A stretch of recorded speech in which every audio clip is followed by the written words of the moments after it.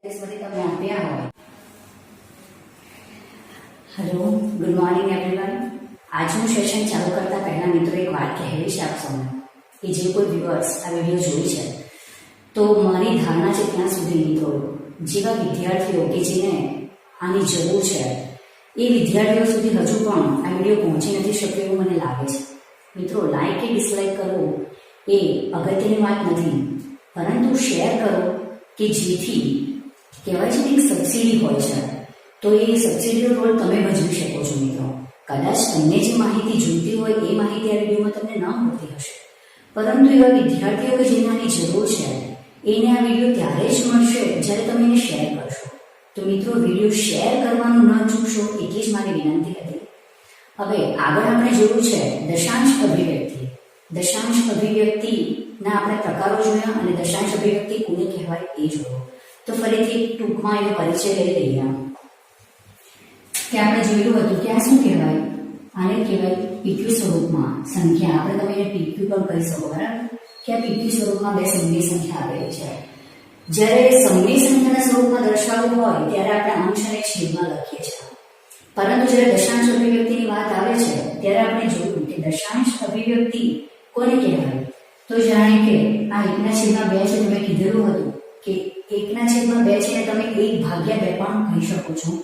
તો અહીંયા 1/2 છે એટલે કે તમે 1 ને 2 વડે ભાગો છો તો મિત્રો ઓબ્વિયસલી કે ભાજક એ સંખ્યા કરતાં મોટું થઈ ગયું, અને જ્યારે ભાજક સંખ્યા કરતાં મોટું થઈ જાય તો તમારે એને દશાંશના સ્વરૂપમાં લખવું પડે કે 0 જ્યારે હું બહારથી લાવું ભાજક કરતાં આપેલી સંખ્યાને મોટી કરવા માટે જ્યારે હું 0 બહારથી લાવું તો મારે ત્યારે દશાંશ મૂકવો પડે છે કે 0 પોઈન્ટ. હવે તમે જોઈ શકો છો કે ભાજક કરતાં સંખ્યા મોટી છે અને એનો ભાગ ચાલશે તો 2 × 5 = 10. અહીંયા આવી ગયું છે શેષ 0. એ જ રીતે અહીંયા જોઈએ કે જ્યારે તમે 1 ને 3 વડે ભાગો છો તો તમને દેખાય છે કે ભાજક એ સંખ્યા કરતાં મોટો છે, એટલે હું જ્યારે બહારથી એક 0 એમાં ઉમેરીશ તો મારે અહીંયા દશાંશમાં લેવું પડે. હવે તમે જોઈ શકો છો કે સંખ્યા ભાજક કરતાં મોટી થઈ ગઈ છે, તેનો ભાગ ચાલશે 3×9. અહીંયા તમને ખબર છે કે 0 તમે કરશો વર્ગી લેશો તો 10માંથી 9 જાય તો 1 વધશે, એટલે અહીંયા 0 આવશે એટલે 0. ફરીથી 1 બેસો છે, પાછું બહારથી 0 લઈશ, ભાગ ચાલશે 3×9. આવી જ રીતે એ ચાલ્યા જ કરવાનું છે, બરાબર. પાછું 10 લઈશ, પાછું અહીંયા 3×9, પાછું અહીંયા ભાગ ચાલશે, બરાબર 1. એટલે શેષ તમે જોઈ શકો છો અહીંયા શેષ 0 થઈ ગયો છે, જ્યારે અહીંયા શેષ 1 બચે જ છે. હજુ તો એક શેષ બચે જ છે આમાં, જ્યારે આમાં શેષ 0 થઈ ગયું છે. તો આપણે દશાંશ અભિવ્યક્તિના પ્રકારમાં શીખ્યા કે દશાંશ અભિવ્યક્તિ કોને કહેવાય. એના 3 પ્રકાર છે: શાંત દશાંશ અભિવ્યક્તિ, અનંત આવૃત અભિવ્યક્તિ દશાંશ અભિવ્યક્તિ અને અનંત અનાવૃત દશાંશ અભિવ્યક્તિ. હવે શાંત દશાંશ અભિવ્યક્તિ કોને કહેવાય તેનો પ્રકાર આપણે જોયું કે જ્યારે શેષ 0 થઈ જાય. અહીંયા જો શેષ 0 થઈ ગયો છે અને ભાગફળમાં મને એક સંખ્યા મળી ગઈ છે ચોક્કસ. ભાગફળ અહીંયા શું મળે છે 0.5.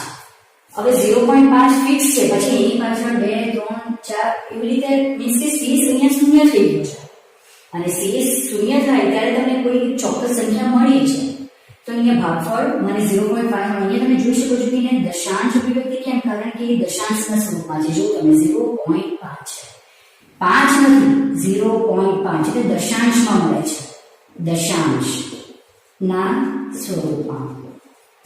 એટલે દશાંશના સ્વરૂપમાં મળે છે એટલે આપણે એને શું કહે છે દશાંશ અભિવ્યક્તિ. હવે અહીંયા દેખાય છે તમને કે 0.5 મળ્યું છે, બરાબર. શેષ નથી બેસતો. આને કેવી દશાંશ અભિવ્યક્તિ કહેવાય? શાંત, બરાબર.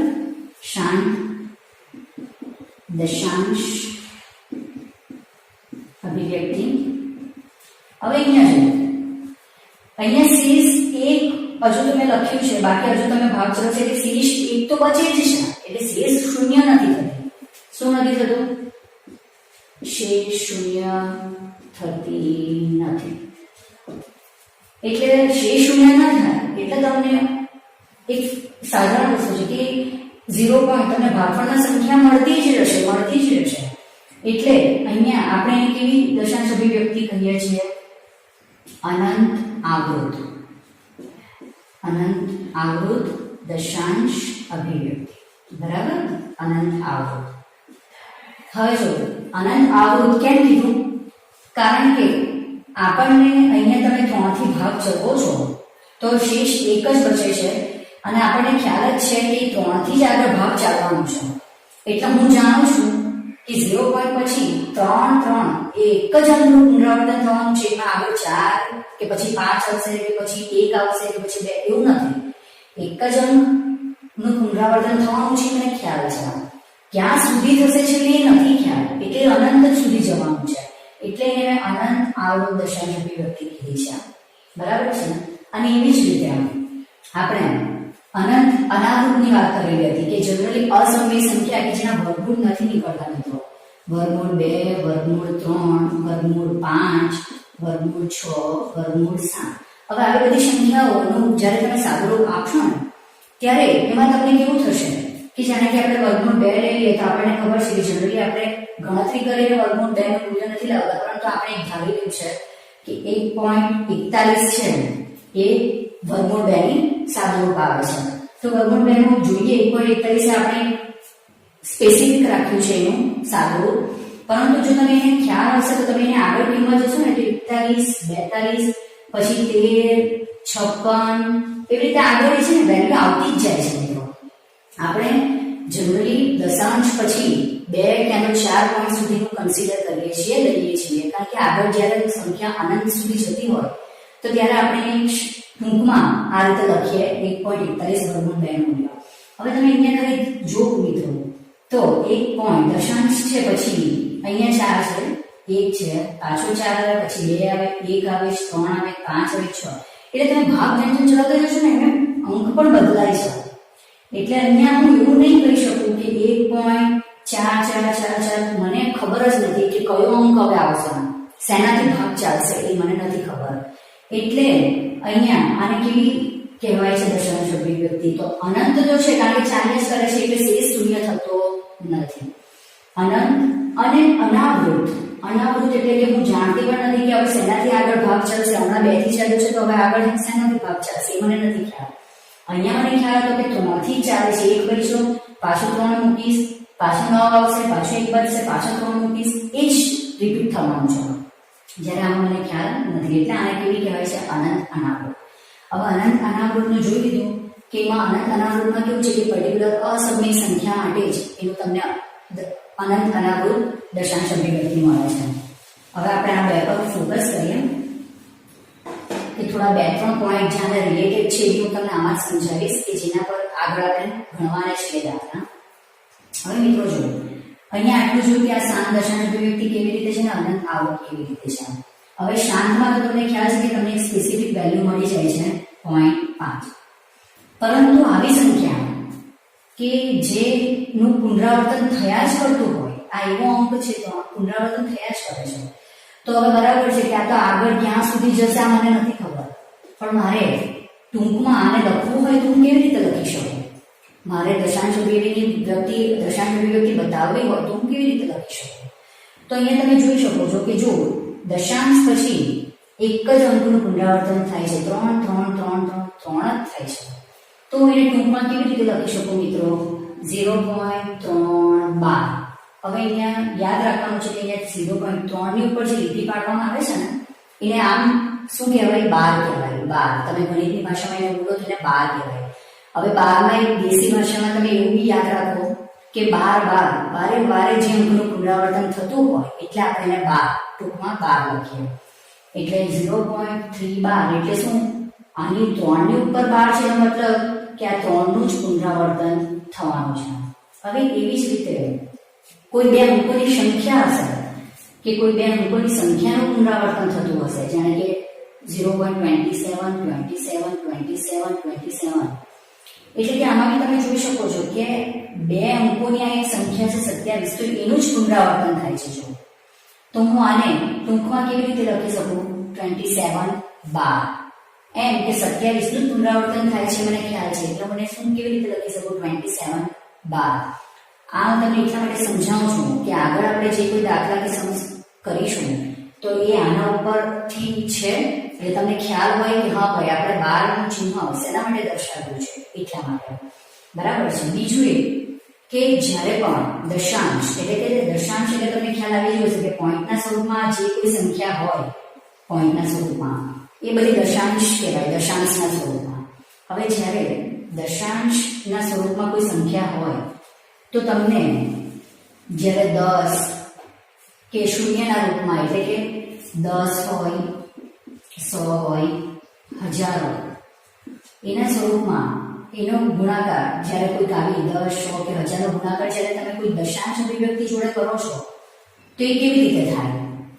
તો યાદ રાખવાનું છે કે જો પહેલું આપણે લઈએ 10, એનો ગુણાકાર હવે તમે કોઈ દશાંશ અભિવ્યક્તિ જોડે કરો, આ છે દશાંશ અભિવ્યક્તિ, તો શું યાદ રાખવાનું છે કે જ્યારે પણ ગુણાકારમાં આવશે ને 10 તો તમારે શૂન્ય અહીંયા કેટલો છે 1 એટલે દશાંશને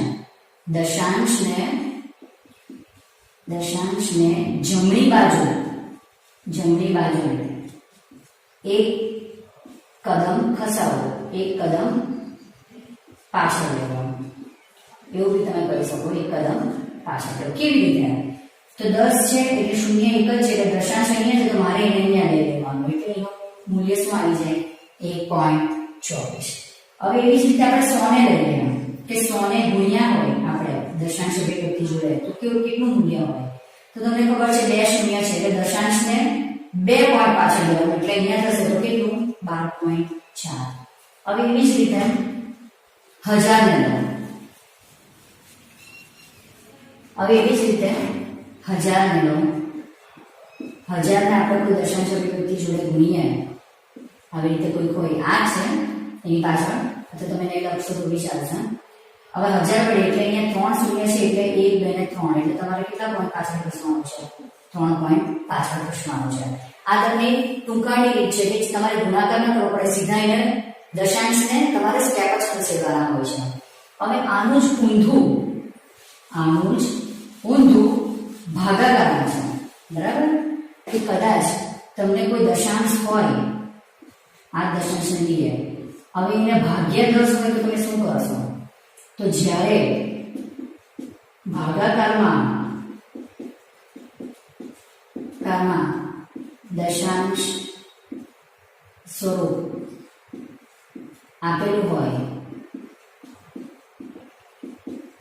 એટલે કોઈ દશાંશ સંખ્યા તમને આપી છે અને એને ભાગાકારમાં 10 હોય તો શું મિત્રો કે ડાબી બાજુ તમારે ખસવાનું, ડાબી બાજુ જેટલા શૂન્ય ડાબી બાજુ ખસવું, ડાબી બાજુ સંખ્યામાં જેટલા શૂન્ય આપ્યા હોય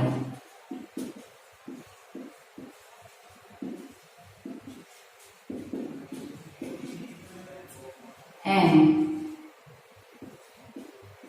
પાછળ જતા રહેવું. એટલે કેવી રીતે? ડાબી બાજુ જવાનું છે આમાં.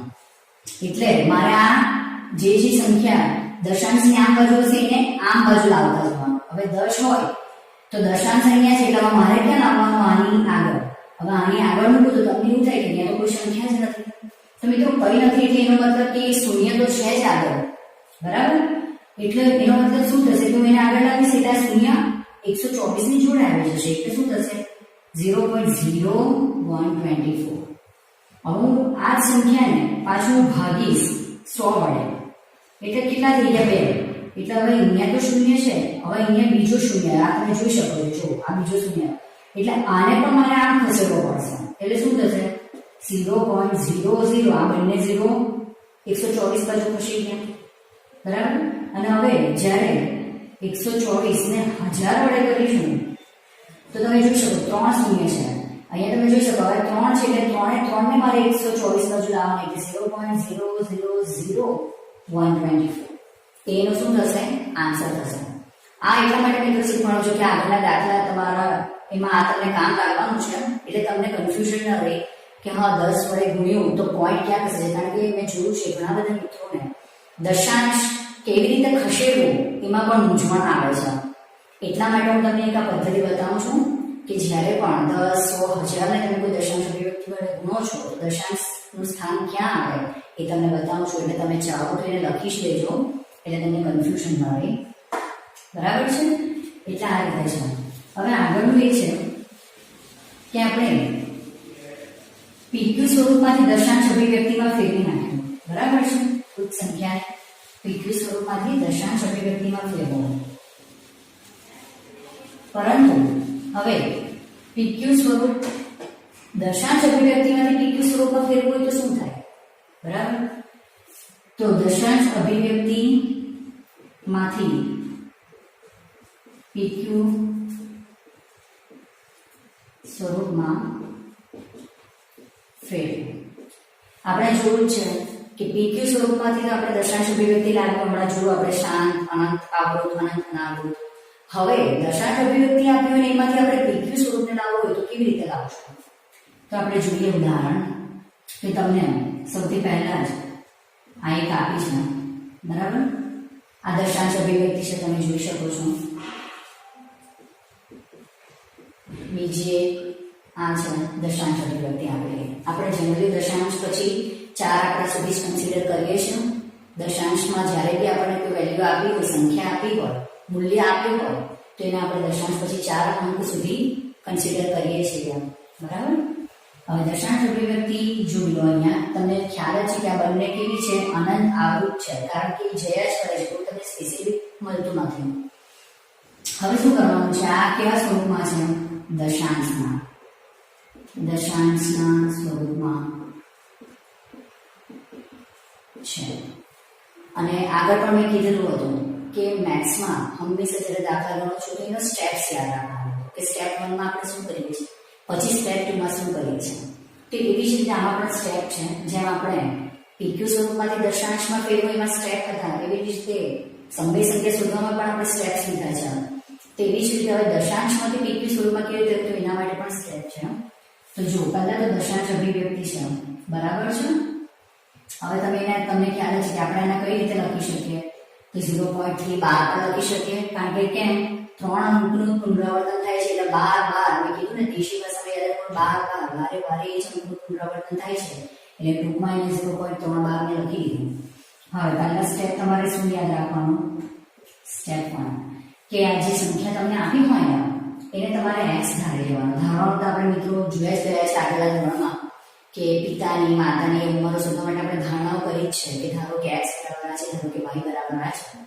તો અહીંયા પહેલા તો આપણને જે સંખ્યા આપી છે, આ જ સંખ્યા તમને આપી છે એની જ આપણે દશાંશમાંથી PQ સ્વરૂપમાં ફેરવવાનું છે. તો જે સંખ્યા તમને આપી હોય દશાંશમાં એને શું ધારવાનું? આપણે x ધારવાનું.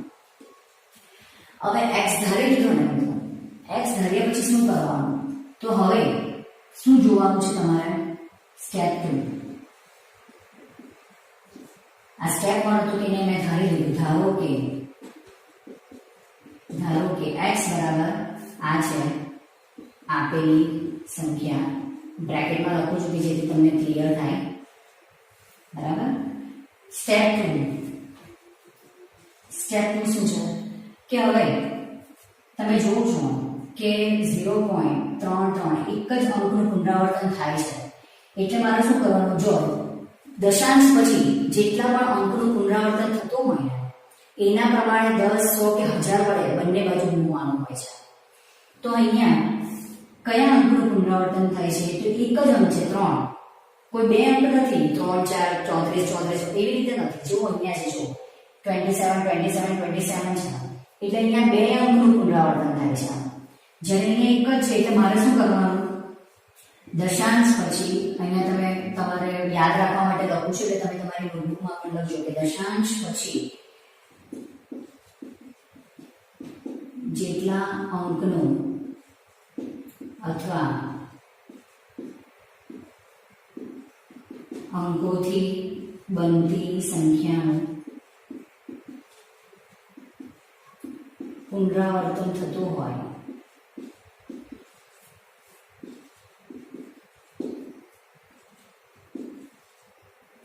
તે પ્રમાણે 10, 100 કે 1000 વડે બંને બાજુ ગુણો. હવે આપણે એ તો લખી લીધું કે દશાંશ પછી જેટલા અંકનું પુનરાવર્તન થતું હોય અથવા અંકોથી બનતી સંખ્યા છે, આ સંખ્યા છે અને આ અંક છે, એનું પુનરાવર્તન થતું હોય તો તમારે 10, 100 કે 1000 વડે બંને બાજુ ગુણવાનું છે. એટલે તમે વિચાર કરો કે ભાઈ 10 વડે ગુણવું, 100 વડે ગુણવું કે 1000 વડે ગુણવું, એ કેવી રીતે ખબર પડશે? તો કીધું કે જો એક જ અંકનું પુનરાવર્તન થાય તો બંને બાજુ શેના વડે ગુણવાનું? 10 વડે. એટલે સ્ટેપ 2 જોશું. અહીંયા એક જ અંકનું પુનરાવર્તન થાય છે, એક જ અંક કયો છે? 3 નું પુનરાવર્તન થાય છે માટે બંને બાજુ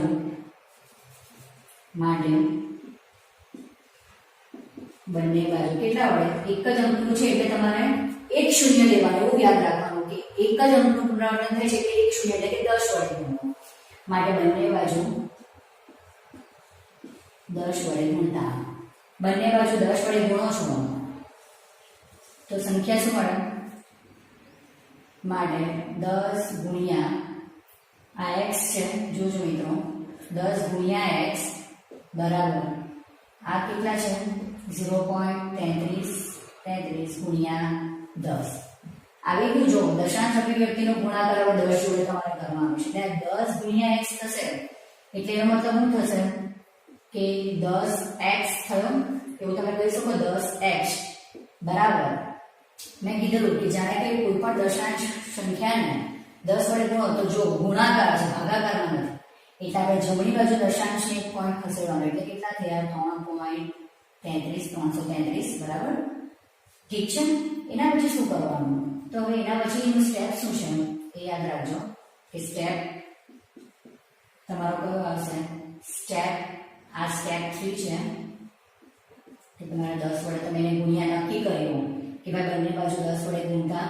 પછી સ્ટેપ 4 શું આવશે? તો હવે શું છે? તો 10x બરાબર અહીંયા શું થશે કે જે આપેલી સંખ્યા છે ને 3.33 એમાંથી આ જે સંખ્યા આપણને મળી એમાંથી કઈ સંખ્યા બાદ કરવાની છે? આપેલી સંખ્યા. જે સંખ્યા તમે મળી એમાંથી આપેલી સંખ્યાને બાદ કરવી અને વત્તા આપેલી સંખ્યા છે એને તો લખવાની છે. પહેલા શું કહ્યું? જે સંખ્યા મળી એમાંથી આપેલી સંખ્યાને બાદ કરી અને વત્તા જે આપેલી સંખ્યા છે એને વત્તા કરીને પાછું લખવાનું, એટલે કે ઉમેરવાનું. હવે શું છે અહીંયા? શું આપણને મળશે? જો કે 10x બરાબર, હવે તમે જુઓ 3.33 માંથી તમે 0.33 બાદ કરો તો તમે જોઈ શકો છો કે કેટલા વધશે? 3 બરાબર. સિમ્પલ છે કે 0 0 એટલે મને 3 લખી શકું ખાલી. અને 0.33 છે કે એ શું છે? આપણે એને x ધારેલો, બરાબર છે.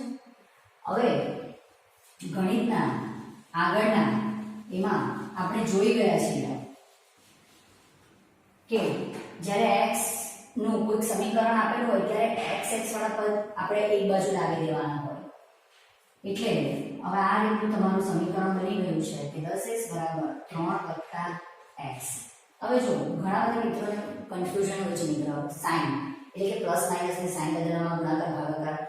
અહીંયા પ્લસ છે તો અહીંયા આવશે તો માઇનસમાં જશે કે નહીં એ રીતનું છે. તો એના માટે એક નિયમ છે કે જો હું તમને આવતા વિડીયોમાં તમને બતાવીશ. તો અહીંયા ધ્યાન રાખવાનું મિત્રો કે જ્યારે બરાબર અહીંયા તમને વચ્ચે બરાબર આપ્યું છે તો જ્યારે તમે કોઈ પણ પદને ઉલટ સુલટ કરો છો, હું x ને x બાજુ લાવું છું કારણ કે અહીંયા પણ x છે અહીંયા પણ x, તો હું x ને ભેગા કરું છું. તો અહીંયા x ની આગળ કઈ સાઇન છે? પ્લસ ની, એટલે કે સરવાળાની છે. તો હું જ્યારે એને બરાબરની આ બાજુ લાવીશ ત્યારે કઈ સાઇનમાં ફેરવાઈ જશે? માઈનસમાં. એટલે 10x માઈનસ x બરાબર 3. હવે 10x માઈનસ x તમને એવું થતું હશે કે ભાઈ 10x માંથી x કેવી રીતે જાય? તો તમે જો એને સાદી ગણતરી આમ પણ કરી શકો કે આમાં સામાન્ય શું છે? x. તો એને x ને બહાર કાઢી લઉં છું અને અહીંયા બેસું છું, અહીંયા બેસ્યો 10 જે x નો શું કહેવાય? સહગુણક. અને અહીંયા માઈનસ, અહીંયા x નું કંઈ નથી એટલે 1 તો એનો સહગુણક કહેવાય ને. એટલે અહીંયા બેસ્યો 1 એટલે હું લખીશ 1 બરાબર શું થયું? 3. એટલે x હવે અહીંયા 10 માંથી 1 જાય તો કેટલા બચ્યા? 9 બરાબર 3. એટલે મારે ખાલી x ની વેલ્યુ જોઈએ છે, બરાબર. તો હું સંખ્યાને ભેગા કરીશ. હવે જો મિત્રો અહીંયા x બ્રેકેટમાં 9 છે. હવે તમને એવું થતું હશે કે આ બંને વચ્ચેની સાઇન શું છે? તો જ્યારે પણ મિત્રો કોઈ સંખ્યા તમને આવા સ્વરૂપમાં દર્શાવેલી હોય ને, કોઈ આવા સ્વરૂપમાં 8x 13x, તો એકચ્યુઅલી આની વચ્ચે શું હોય? ગુણાકાર હોય. ગુણાકાર, આ ગુણાકાર કહેવાય. તમે એને જ્યારે એનું સાદું રૂપ આવે એટલે તમે એને ડાયરેક્ટ આમ લખો છો 9x 2x 3x, પણ એકચ્યુઅલી આની વચ્ચે શું કહેવાય? ગુણાકાર. 3 ગુણ્યા x છે, 2 ગુણ્યા x છે, 9 ગુણ્યા x છે. એટલે અહીંયા પણ એ જ છે કે અહીંયા એકચ્યુઅલી આ શું કહેવાય? ગુણાકાર. હવે જ્યારે કોઈક સંખ્યા ગુણાકાર સ્વરૂપમાં હોય ને એને તમે બરાબરની પેલી બાજુ લઈ જાઓ ત્યારે એ શેમાં ચાલ્યું જાય? ભાગાકારમાં. એટલે અહીંયા 3 ઉપર છે તો મારે 9 ને ભાગાકારમાં લેવાનો, એટલે તમે એને આમ પણ લખી શકો અને આવું લખો એના કરતાં તમે ડાયરેક્ટ એને કેવી રીતે લખી શકો કે 3 ભાગ્યા 9. હવે તમને ખબર છે કે મેથ્સની અંદર જ્યાં સુધી અંશ અને છેદ ઉડતા હોય ત્યાં સુધી તમારે એને ઉડાવવા પડે. તો ઉડાવવા પડે એનો મતલબ કે x બરાબર શું થાય? 3 તાલી 9. એટલે તમે ભાગ, જો તમને એવું ખ્યાલ નહીં આવતો કે 3 તાલી 9 કેવી રીતે ઉડાવેલા, તો તમે 3 ના ભાગ શું પાડી શકો? 3 એકુ 3. 9 ના શું ભાગ પાડી શકો? 3 તાલી 9. સામાન્ય 3 છે, બરાબર? શું આવ્યું? 1 ના છેદમાં 3. એટલે 1 ના છેદમાં 3 એ શું છે? આ PQ સ્વરૂપ. આ સંખ્યા આપેલી છે દશાંશમાં, આપણે એને PQ માં ફેરવી નાખ્યો. તમે જોજો કે દશાંશમાં કેવી રીતે ફેરવાય? તમને ખબર જ છે કે 1 ને ભાગો 3 વડે, એટલે આવી ગઈ તમારી પાસે સંખ્યા. આ 10, પાછું 1 બચશે, પાછું 3 9, 1 બચશે 3, આવી ગઈ 0.33. એટલે દશાંશ સ્વરૂપમાં આપેલી હોય સંખ્યાને PQ સ્વરૂપમાં ફેરવવાનો હોય તો કેવી રીતે ફેરવાશે એ ખ્યાલ આવી ગયો મિત્રો? હવે આપણે બીજું જોઈએ. આ કોઈ એક અંકનું પુનરાવર્તન હતું. હવે આપણે જોઈએ કે 2 અંકોથી બનતી કોઈ સંખ્યાનું પુનરાવર્તન હોય તો કેવી રીતે કરશો? સ્ટેપ્સ મને ખ્યાલ છે ત્યાં સુધી તમે લખી દીધા હશે મિત્રો, કારણ કે એને લખી રાખજો સ્ટેપ્સ કે જેથી તમને ખ્યાલ રહે. હવે આપણે જોઈએ કે 2 સંખ્યા છે 0.27 બરાબર છે. હવે અહીંયા તમે જોવો છો કે આ 2 અંકોથી બનતી 2 અને 7 એ બંને અંક છે, એ બંનેથી બનતી સંખ્યા છે 27, જેનું પુનરાવર્તન થાય છે આગળ, અને 4 ડિજિટ સુધી આપણે લીધું છે.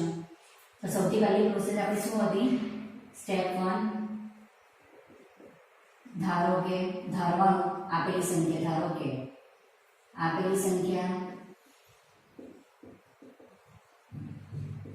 x છે, એટલે કે x બરાબર .27 બરાબર છે. આ પહેલું હતું. પછી બીજું શું હતું? સ્ટેપ 2 કે 27 છે તો આમાં કેટલા અંકનું પુનરાવર્તન થાય છે દશાંશ પછી? તો 2 અને 7. પછી પાછું 2 અને 7, 2 અને 7, એટલે 2 અંક છે અલગ અલગ, 2 અને 7. એટલે એના માટે આપણે બંને બાજુ શેના કેટલા વડે ગુણવું પડે? 100 વડે.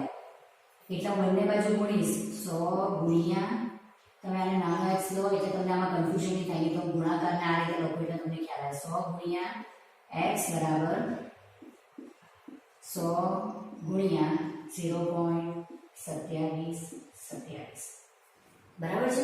હવે જો અહીંયા 4 ડિજિટ છે એટલે 27, એટલે આગળ પણ 27 જ હશે. અને ટૂંકમાં એને કયા સ્વરૂપમાં હું લખી શકું? તો 0.27 12 એમ પણ લખી શકું. 12 27 જ આવ્યા કરે છે, એટલે હું વારંવાર આવે છે તમને ટૂંકમાં એક જ વાર આવી રીતે લખી શકું. ચલો 100 વડે થઈ ગયું, એટલે અહીંયા તો હું 100 ને x વડે ગુણું તો એવું થઈ જાય 100x થઈ જાય. જો તમે જો મિત્રો કે ગુણાકાર છે એનું જ સાદુરૂપ આપતા મેં એને 100x લખી નાખ્યું. એટલો મતલબ કે તમને જ્યારે પણ કોઈ સહગુણક x જોડે આપેલું હોય તો એ શેમાં હોય? ગુણાકારમાં હોય x ની જોડે. એટલે 100x બરાબર, હવે મેં તમને કીધું છે કે અહીંયા તમને ખ્યાલ આવ્યો કે આગળ જે પોઈન્ટ તમને બતાવ્યું છે કે 100 છે ગુણાકારમાં છે દશાંશ અભિવ્યક્તિ જોડે, તો અહીંયા કેટલા શૂન્ય છે? 2. એટલે આપણે દશાંશને કેટલા સ્ટેપ ખસેડવાનું? પાછળ 2. એટલે અહીંયા છે દશાંશ, તો 2 અને 7 એટલે 27. આ 4 ડિજિટમાં લખવાનું હોય છે કે તમને માઇનસ કરતા ફાવે એટલા માટે લખું છું કે આ પાછળ 27 ભલે અહીંયા 4 આંકડા પણ પાછળ 27 જ આવે છે. એટલે હું તમને 4 ડિજિટ જોડાય એના માટે મેં 27 પાછા લખ્યા છે વધારાના, એટલે તમે કન્ફ્યુઝ ન થતા. બરાબર છે. હવે 100x છે. હવે આપણો પોઈન્ટ શું હતો? સ્ટેપ 3. સ્ટેપ 3 આવી ગયું. હવે શું હતું આગળનો સ્ટેપ? કે 100x બરાબર, હવે આપણે આના ભાગ કરવાના છે ને, બરાબર? આપણે પેલામાં મળેલું હતું એવી જ રીતે કે આપેલી સંખ્યાઓ એમાંથી કઈ સંખ્યા બાદ કરવાની, જે સંખ્યા મળી છે એમાંથી આપેલી સંખ્યા બાદ કરવાની. તો પહેલા તો 27.2727 માંથી આપેલી સંખ્યાને બાદ કરીશ 0.2727. હવે તમને ખ્યાલ આવ્યો કે ડિજિટ પછી 4 મેં એટલે લખ્યા છે કે અહીંયા પણ ડિજિટ પછી 4 છે એટલે તમને માઈનસ એટલે કે બાદબાકી કરતા ફાવે, અને પ્લસ જે આપેલી સંખ્યા છે એ તો લખી જ દેવાની 0.2727. હવે જો એનો મતલબ કે 100x બરાબર શું થયું? હવે આ ભાગાકાર છે કે તમે અહીંયા કરી શકો છો કે 27.2727 માંથી 0.2727 તમે બાદ કરો 27, તો અહીંયા તમને શું મળશે? ખાલી 27. બરાબર, આ શૂન્ય થઈ જશે, ઉડશે એટલે 7 માંથી 0 એટલે 7 અને 2 એટલે ખાલી શું બચ્યા? 27. એટલે 27 વત્તા આ શું ધાર્યું છે આપણે? x. 0.2727 બરાબર શું ધાર્યું? x. એટલે x લખી દીધું. હવે x ના પદને એક બાજુ લાવો, x અહીંયા પ્લસમાં છે, અહીંયા માઈનસમાં થશે, એટલે 100x - x બરાબર શું થશે? 27. એટલે 27 થશે. તો શું થાય? હવે આગળનું પદ જો કે 100 એટલે મેં તમને ખ્યાલ કે ડાયરેક્ટ તમને બાદબાકી કરતા ન આવડે તો x ને બહાર કાઢી લો. 100 - 1 બરાબર 27. એટલે x 100 માંથી 1 જાય તો કેટલા બચ્યા? 99 બરાબર 27. એટલે ભાગાકાર આ x ને બ્રેકેટમાં 99 છે એટલે આ બંને વચ્ચે શું કહેવાય? ગુણાકાર છે. તમે એને 99x એમ પણ લખી શકો. એટલે 99x બરાબર 27 થાય. એટલે x બરાબર શું થાય? અહીંયા ગુણાકારમાં છે, સામે જાય તો ભાગાકારમાં ચાલી ગયું. મેં કીધેલું કે જો છેદ એટલે એક જોતા તમારો ભાગાકાર જ કહેવાય. અંશ અને છેદ એટલે તમે એને 2/5 હોય તો 2/5 પણ બોલો. એટલે 27/99 હવે તમે જોઈ શકો છો કે અહીંયા આપણે સાદો રૂપ આપવાનું હોય છે, જ્યાં સુધી ઉડતું હોય અંશ અને છેદ ત્યાં સુધી ઉડાવવાનું છે. તો અહીંયા તમે કેટલા વડે ઉડાવશો? તમને ખબર છે કે 3 × 9 = 27 તમે ઉડાવી શકો છો, અને અહીંયા 33 તાળી બી તમે ઉડાવી શકો છો. બરાબર, એટલે આ 3 3 ગયા, 9 ને 33 બચી છે. જો હજુ તમે 3 તાળી 9 પાડી શકો અને 11 તાળી 33 પણ કરી શકો. હવે આ 3 3 ગયા એટલે છેલ્લે હવે 3/11 છે એ ઉડવાના નથી. એટલે આન્સર શું થયો? 3/11. એટલે x બરાબર શું મળ્યું? 3/11. આ આવી ગયું આ p સ્વરૂપ, ને આ pq સ્વરૂપ તમને મળી ગયું. તમને હવે pq માંથી દશાંશમાં ફેરવો, આ pq મળ્યો, મારા દશાંશમાં ફેરવો તો તમને ખબર છે સિમ્પલ કે ભાગાકાર કરવાનો 3/11 કરી નાખવાના. બરાબર, તમને ખબર છે કે ભાજક એ સંખ્યા કરતા મોટો છે એટલે મારે પહેલા પોઈન્ટ લેવું પડશે અને હું અહીંયા શૂન્ય મૂકીશ. હવે તમને ખબર છે કે 11 તાળી 33 થઈ જશે, તો શું આવશે? 11 × 2 = 22 આવશે. હવે આમાંથી તમે કરશો એટલે શું બનશે? અહીંયા 8 અને અહીંયા 2 એટલે 0. પાછું શૂન્ય મૂકીશ એટલે 11 × 7 = 77 થશે. 11 × 8 = 88 થઈ જાય. હવે પાછું 10 એટલે અહીંયા 3 બચશે, 7 0 30 આવી ગયો. પાછું જોઈ લો મિત્રો, પાછી સંખ્યા આવી ગઈ છે તમને હતી 30. એટલે ફરીથી હું 22 મૂકીશ, ફરીથી આવશે 8, ફરીથી હું પાછું 11 એટલે 27 મળી ગયું મિત્રો. એટલે તમે આવી રીતે કન્ફર્મેશન બી કરી શકો છો કે તમને જે pq સ્વરૂપ મળ્યું છે એ સાચું છે કે નહીં. બરાબર છે? તો આ રીતે આપણે દશાંશ અભિવ્યક્તિમાંથી pq સ્વરૂપમાં કેવી રીતે ફેરવવાનું એના આજે દાખલા જોયા છે. Keep practising at home. જ્યાં સુધી તમે પ્રેક્ટિસ ન કરશો મિત્રો ત્યાં સુધી હું તમને કરાવ્યા કરું એનો પણ કોઈ મતલબ નથી. કહેવાય છે કે મહેનત કરશો તો ફળની આશા તો રહેશે જ, કંઈ પણ આવશે, સારું ખરાબ ઓછું વધતું જે પણ પરિણામ આવશે, પરંતુ મહેનત કરશો જ નહીં તો પરિણામ શૂન્ય જ છે. એ આ તમે અને હું બંને જાણીએ છીએ. એટલે પ્રેક્ટિસ કરતા રહેજો અને જય શ્રી કૃષ્ણ.